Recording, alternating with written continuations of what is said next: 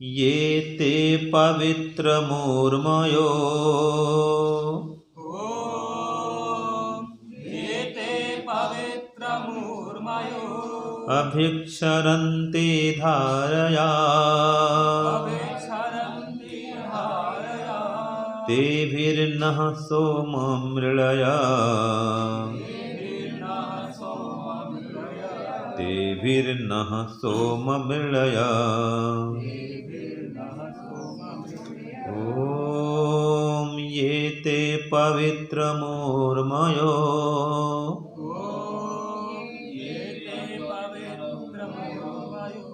अभिक्षरन्ति धारया तेभिर्नः सोममृळय तेभिर्नः सोममृळय।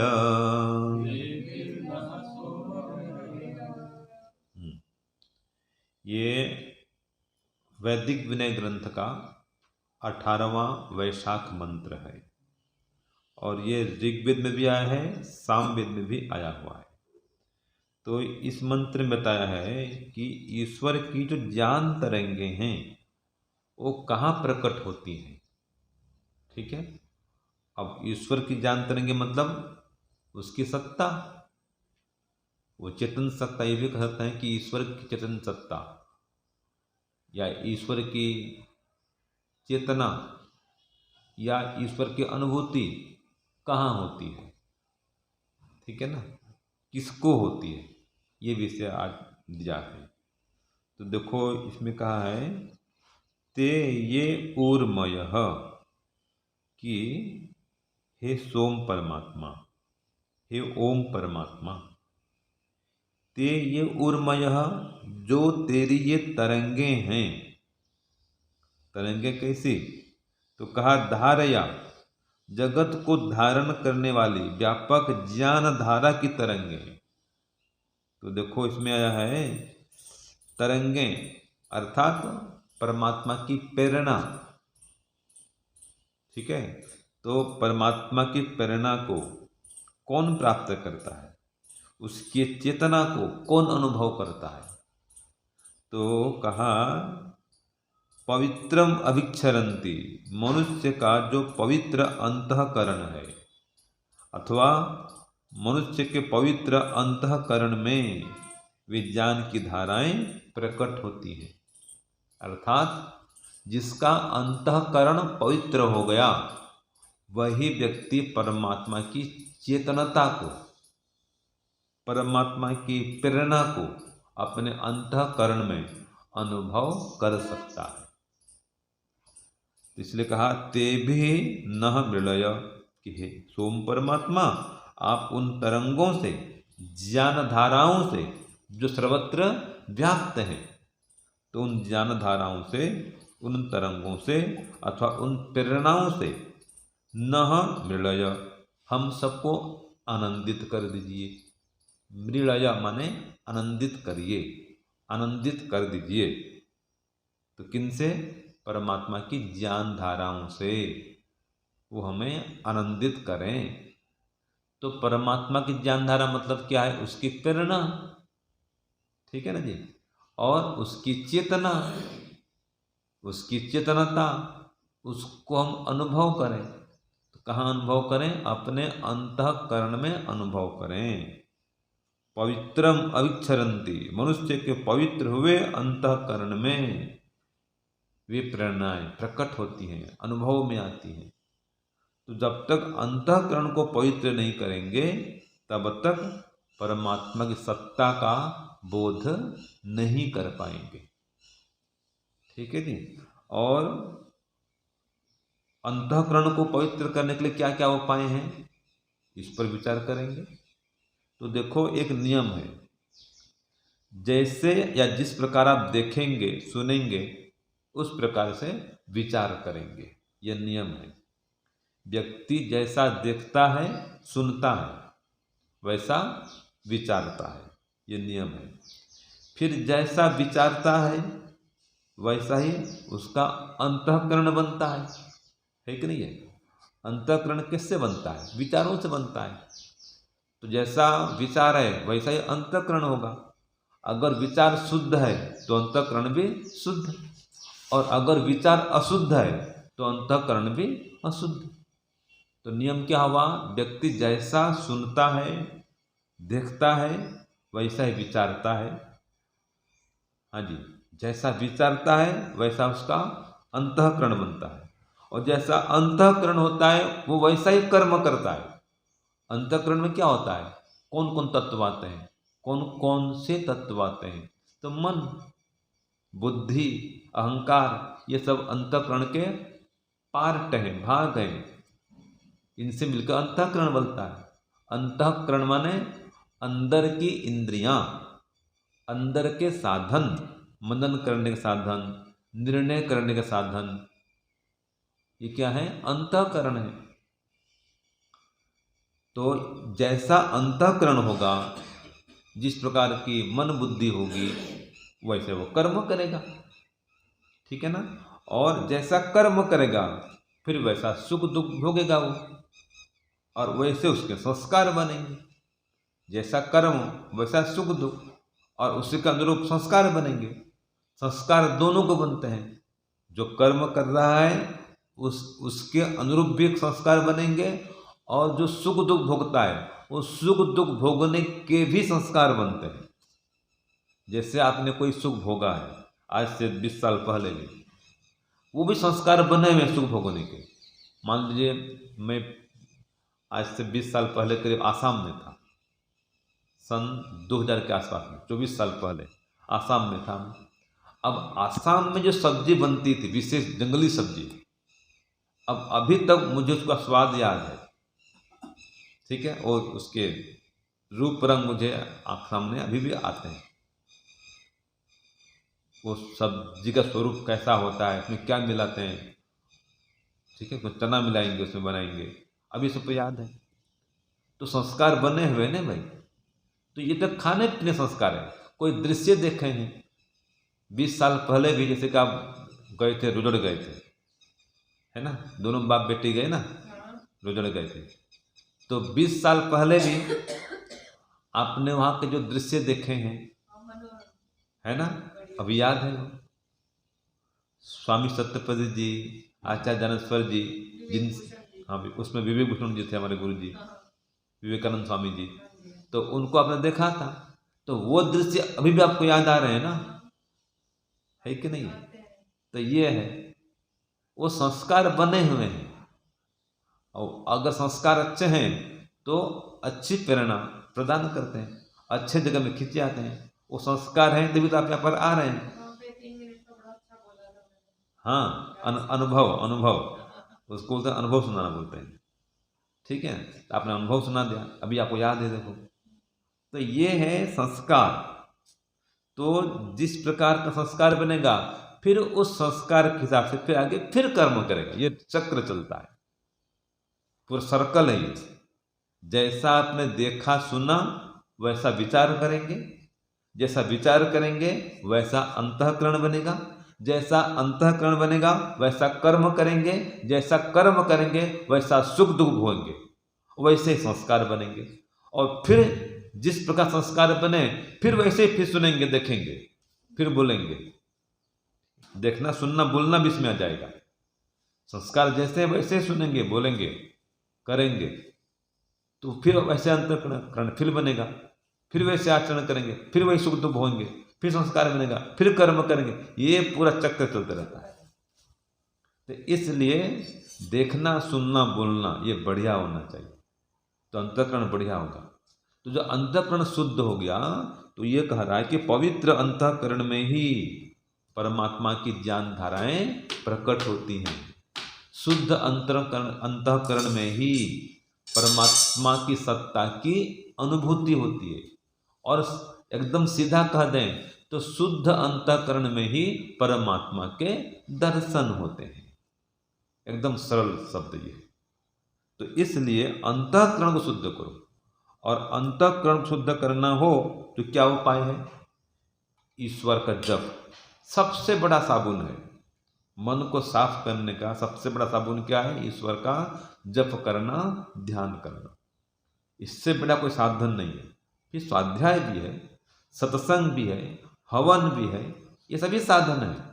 लेकिन सबसे बड़ा साधन क्या है? ईश्वर का ध्यान, ईश्वर का जप चिंतन, ईश्वर की स्तुति, प्रार्थना, उपासना, जिसको हम ब्रह्म यज्ञ बोलते हैं, उसको जप यज्ञ कहा गया है। देखो एक श्लोक आता है मनुस्मृति में, उसमें क्या कहा है? ये श्लोक है मनुस्मृति का, ये कहाँ का अध्याय का है? मनुस्मृति 2:86 और 87, दूसरे अध्याय में है ये श्लोक संख्या 86 और 87, दो श्लोक हैं। 86 बता रहा हूँ, देखो वहाँ कहा है, ये पाक यज्ञश्चत्वारो, बोलिए, लिखिए भी, ये पाक यज्ञश्चत्वारो, ये पाक यज्ञश्चत्वारो विधि यज्ञ समन्विताः सर्वे ते जप यज्ञस्य कलां नार्हति षोडशीम्। क्या कहा इसमें? कि ये पाक यज्ञ चत्वार, जो 5 महायज्ञ है ना, उसमें 4 की बात आ रही है। विधि यज्ञ समन्विता, विधि यज्ञ मन जो दैनिक विधि विधान यज्ञ का है, तो इसके सहित 4 यज्ञ हुए पाक यज्ञ मिला करके। पाक यज्ञ माने क्या होता है? बलि, वैश्य, देव यज्ञ। फिर विधि यज्ञ माने ये द्रव्य यज्ञ, देव यज्ञ, हवन, और पितृयज्ञ, और एक अतिथि यज्ञ। ये 4 यज्ञ हैं। पाक यज्ञ, पाक, बलि, वैश्य, देव यज्ञ, ठीक है ना जी। तो ये 4 यज्ञ हैं, ये सब मिला दो तो कह रहा सर्वे ते जप यज्ञस्य, माने ब्रह्म यज्ञ का, ये सब के सभी जो 4 यज्ञ हैं, ये जप यज्ञ के कलाम नारहति षोडशीम, 16वें कला के बराबर भी नहीं है। जैसे कि 1 रुपया है, 1 रुपया में 16 आना होता था पहले तो था 4 आना, 8 आना, ठीक है। 4 आना में आप पिपरमेंट खरीद लो, पिपरमेंट चॉकलेट हम खरीदते थे, 1 आना 2 आना, ठीक है। तो हम तो 1 आना 2 आना नहीं चलाए हैं, लेकिन 4 आना चलाए हैं। 5 पैसा, 10 पैसा, 20 पैसा, ये हम चलाए हैं। तो 4 आना मतलब 25 पैसा, 8 आना मतलब 50 पैसा, 12 आना मतलब 75 पैसा, और 16 आना बराबर 100 पैसा, 1 रुपया। तो 1 रुपया में 16 आने होते हैं। तो यहाँ पर कह रहा है कि वो जो जप यज्ञ है, उस जप यज्ञ के ये 16वें आने के बराबर भी नहीं है, जो बाकी 4 यज्ञ है। तो ये जप यज्ञ की महानता है। तो इस जप यज्ञ से, माने ब्रह्म यज्ञ से, माने ध्यान जप उपासना से मन एकदम पवित्र होता है। अंतःकरण को पवित्र करने का ये सबसे बड़ा साधन है। इसलिए सन्यासी लोग जप ध्यान तो करते हैं, उनके लिए यज्ञ का विधान नहीं है, लेकिन जप करे, ध्यान करे और वेद स्वाध्याय करे, वही ब्रह्म यज्ञ है। वेद का पढ़ना पढ़ाना भी ब्रह्म यज्ञ है, और ध्यान करना, ब्रह्म उपासना करना, ये भी ब्रह्म यज्ञ है। तो जो ब्रह्म यज्ञ है, इसके 16वें हिस्से के बराबर बाकी सब यज्ञ नहीं है। इतना महत्वपूर्ण है ये। तो यही सबसे बड़ा साधन है अंतःकरण को पवित्र करने का। तो जिसका जितना अधिक जप होगा, ध्यान होगा, उसका अंतःकरण उतना पवित्र होगा। और अंतःकरण पवित्र होगा तो फिर यम का पालन भी अच्छा होगा, आचरण भी बढ़िया होगा, ठीक है। और अगर यम का पालन बढ़िया हो रहा है, आचरण बढ़िया हो रहा है, तो अगर जप ध्यान भी बढ़िया होगा। ये सब आपस में कनेक्टेड है। अगर जप ध्यान बढ़िया हो रहा है, उपासना काल बढ़िया है, आपका व्यवहार काल बढ़िया होगा, और व्यवहार काल बढ़िया है तो उपासना काल भी बढ़िया होगा। उसका संबंध है। कोई व्यवहार काल में झूठ बोलता रहे, चोरी करता रहे, हिंसा करता रहे, तो उसका जो उपासना काल है बढ़िया होगा? नहीं होगा। और कोई उपासना करता नहीं है, ध्यान नहीं करता है, ईश्वर को मानता नहीं है, तो उसका व्यवहार काल भी अच्छा नहीं होगा। जो जिसका उपासना काल बढ़िया है उसका व्यवहार काल भी बढ़िया होगा, और जिसका व्यवहार काल बढ़िया हो रहा है उसका उपासना काल भी बढ़िया होगा। तो अंतःकरण को पवित्र करना है तो दोनों को बढ़िया करो, व्यवहार काल भी अच्छा करो और उपासना काल भी अच्छा करो, जब ध्यान बढ़ाओ। आज ही मेरे मन में आया कि अभी मेरी आयु 50 साल करीब हो जाएगी, तो मैं हिसाब कर रहा था भाई 50 साल में कितना पाप किया, कितना पुण्य किया, कितना जप किया, ध्यान किया। तो ये समझ में आया कि 50 लाख से अधिक तो जप हो चुका है। 50 लाख ओम का जप 50 सालों में 50 लाख से अधिक ओम का जप हुआ है। ठीक है, ये उपलब्धि है। और लगभग 50 लाख रुपए का दान पुण्य सहयोग हुआ है, परोपकार का 50 लाख रुपए का मैंने हिसाब किया है। उसमें मैं भी कारण हूं और भी कारण है। मैंने भी दिया, लोगों ने मुझे दिया है, दिलवाया हूं, दिया भी हूं और दिलाया भी हूं, दोनों काम चला है। खुद भी दान किया और लोगों से दिलवाया भी, या लोगों ने मुझे दिया वो मैंने दान किया, एक ही बात है। ठीक है जी। तो 50 लाख से कम नहीं हो, ज़्यादा हो जाए वाले। कितने साक्षात नगद है, 25 लाख तो नगद ही उसमें है, बताओ। और 25 लाख का साहित्य प्रकाशन हिसाब करेंगे तो, और इसमें और भी कई प्रकार के मिले हमें। और विगत लगभग 25 साल से पढ़ा रहा हूं, 50 साल तो होने वाला है, उसमें 25 साल से पढ़ा रहा हूं, पढ़ भी रहा हूं, पढ़ा भी रहा हूं, अध्यापन काम चल रहा है। और 5 दर्शन शास्त्र का अध्ययन हुआ, 11 उपनिषद का अध्ययन हुआ, 3 वेद का अध्ययन हुआ, निरुक्त का अध्ययन हुआ, चौथा वेद भी पूरा अभी तक हुआ नहीं है, अधूरा है चौथा वेद। ऋग्वेद बड़ा है, वो अधूरा है।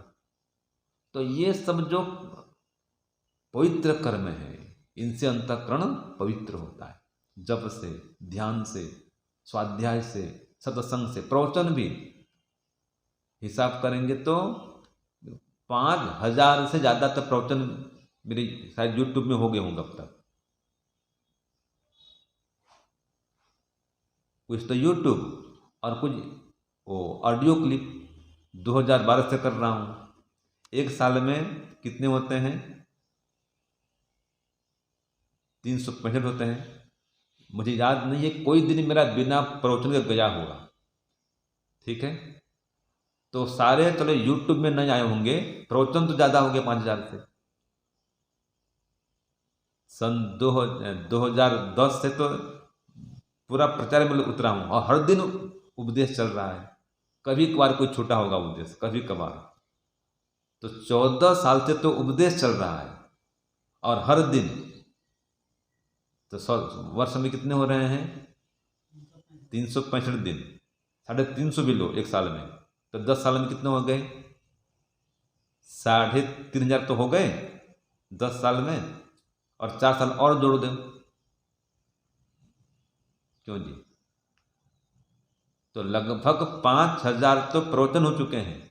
इसमें कुछ पलक में भेजा था, ऑडियो में भेजा था, यूट्यूब में भेजा था नहीं, उसमें चलता था, ऑडियो में, व्हाट्सएप में भेजता था, गुरुकुल भवानीपुर से। तो तब से चल रहा है वेद मंत्र पढ़ाना, उपदेश करना। तो वैसे भी लगातार कई सारे हमारे पाठ चल रहे हैं। देखो कोरोना काल से तो ये यूट्यूब आया है भी, हर दिन तभी तो चल ही रहा है, कितने पाठ चल रहे हैं।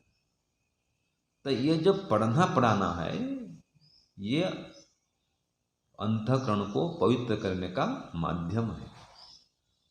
ठीक है जी। और देखो, जो ये तो बता दिया मैंने कि पढ़ना पढ़ाना, सत्संग, ध्यान, उपासना, इससे अंतःकरण पवित्र होता है। इससे उल्टा काम, जिससे पवित्र अंतःकरण अपवित्र होता है, उसको छोड़ो। दोनों काम करना पड़ेगा ना भाई।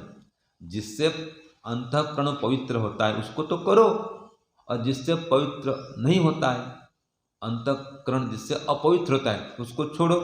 जैसे कि काम, क्रोध, ईर्ष्या, अहंकार, लोभ, लालच, ये सब क्या है? अंतःकरण को अपवित्र करने के साधन है।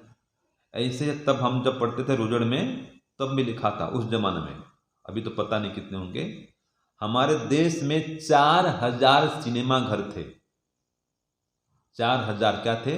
सिनेमा घर, जिसमें 2 करोड़ दर्शक प्रत्येक दिन देखते थे। जो उसमें क्या आंकड़ा है जो मेरे पास उपलब्ध है अभी, 2 करोड़ दर्शक प्रत्येक दिन सिनेमा देखते थे।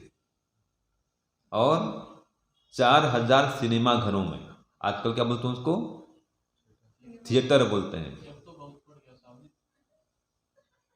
ठीक है, 40 करोड़ तो यूट्यूब का, 42 करोड़ तो फेसबुक आईडी। हाँ। और अब उस जमाने में तब ये चलता था सिनेमा घर, थिएटर, बोले फिल्म टाकीज, बोले टाकीज।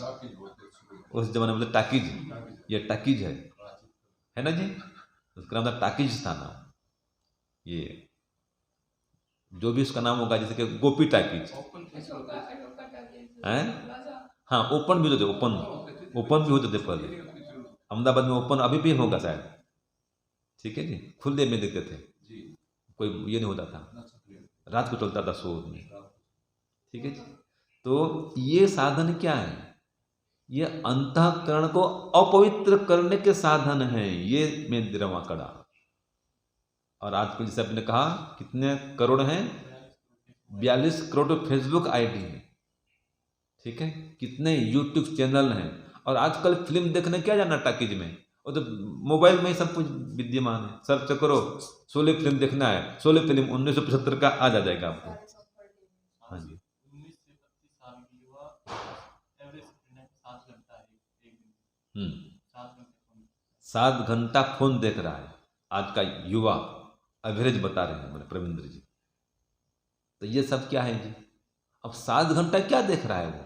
कोई जरूरी काम इतना कर लो, जरूरी काम बात कर लो, ठीक है, कोई संदेश विशेष भेज दो। 7 घंटा देख रहा है मतलब दुरुपयोग हो रहा है, सीधी बात है। तो यह अंतःकरण को अपवित्र करने के साधन है। तो जो अंतःकरण को अपवित्र करने के साधन है उनसे दूर रहो, और जो पवित्र करने के साधन है उनसे जुड़ जाओ। तो ये पवित्र अंतःकरण में ही परमात्मा की प्रेरणा प्राप्त होती है, सुनाई पड़ती है, उसकी चेतनता, उसकी सत्ता का बोध होता है। तो इसलिए अंतःकरण को मलिन मत करो। जो अंतःकरण मलिन है उसमें परमात्मा का दर्शन नहीं हो सकता है। एक सूत्र आता है सांख्य दर्शन में, उसमें कहा भावना उपचयात शुद्धस्य सर्वम प्रकृतिवत। भावना उपचयात शुद्धस्य सर्वम प्रकृतिवत। अगर भावना शुद्ध है, पवित्र हो गई, तो ऐसे शुद्ध हुए अंतःकरण वाला, शुद्ध भावना वाला व्यक्ति वो तत्वज्ञान से युक्त होता है। जो भी कर्म करेगा वो तत्वज्ञान से युक्त होकर कर्म करेगा, निष्काम कर्म करेगा और मोक्ष में जाएगा। तो यही तो मंत्र कह रहा है कि ऐसा व्यक्ति ही परमात्मा की जनधारा को, चेतनता को अनुभव कर सकता है। और न मृळया, परमात्मा उसको आनंदित करते हैं। वो प्रार्थना कर सकता है कि परमात्मा अब मुझे आनंदित कर दो। यही व्यक्ति कह सकता है जिसका अंतःकरण पवित्र है, मेरी समाधि लगा दो, मुझे मोक्ष में स्थान दिला दो। ये कौन कह सकता है? बिना साधना के, बिना ध्यान करने वाला व्यक्ति ऐसा कह सकता है क्या कि हे परमात्मा आज मेरी समाधि लगा देना, आज मुझे मोक्ष का आनंद दिला देना, ठीक है, आज मुझे आपकी अनुभूति करा दो, आपकी सत्ता का बोध करा दो। ऐसा सोच के ध्यान में बैठता है। तो कब बैठेगा वो? जब उस योग्य हो जाएगा कि आज ही मुझे चाहिए, या परमात्मा इतना पुकारता हूँ, अब कुछ दिन में तो मेरे पुकार को सुन ही लो, मेरी समाधि लगा दो। और लगा दो विश्वास है, ऐसी प्रार्थना उठती हैं। ये पवित्र अंतःकरण की बात है। आप जो कोई भी चीज़ हासिल करते हैं ना, प्राप्त करते हैं, पहले वो मन में घूमता है। गाड़ी खरीदनी है तो मन में विचार करेंगे, है ना, कि गाड़ी खरीदनी है, घर में बोलेंगे, फिर विचार करेंगे कितने रुपया का लूँ, कौन सा लूँ, इलेक्ट्रिक लूँ, पेट्रोल वाला लूँ, स्कूटी लूँ, कौन सी कंपनी का लूँ। फिर गैरेज में जाएंगे या दुकान में जाएंगे, पता लगाएंगे, फिर वहाँ जाएंगे, शोरूम में जाएंगे और खरीद के लाएंगे। तो पहले मन में विचार चलता है। तो ऐसे मन में पहले विचार उठने चाहिए कि मुझको समाधि लगानी है, ईश्वर की अनुभूति करनी है। तो ये पवित्र अंतःकरण बिना ये विचार नहीं आते। तो इसलिए अंतःकरण को पवित्र करो, तो जो विचार आएंगे समाधि में लग जाएगी। फिर ईश्वर की चेतन सत्ता का बोध भी होगा, उसका दर्शन भी होगा अंतःकरण में, बाहर नहीं होगा। पवित्र अंतःकरण में मन, बुद्धि, आत्मा ये सब पवित्र हों तो उस परम पवित्र परमात्मा का साक्षात्कार किया जा सकता है। तो इसके लिए अंतःकरण पवित्र करें और जीवन को महान बनाएं, सार्थक बनाएं। ओम शांति ओम शम। सबको सादर नमस्ते। समाधि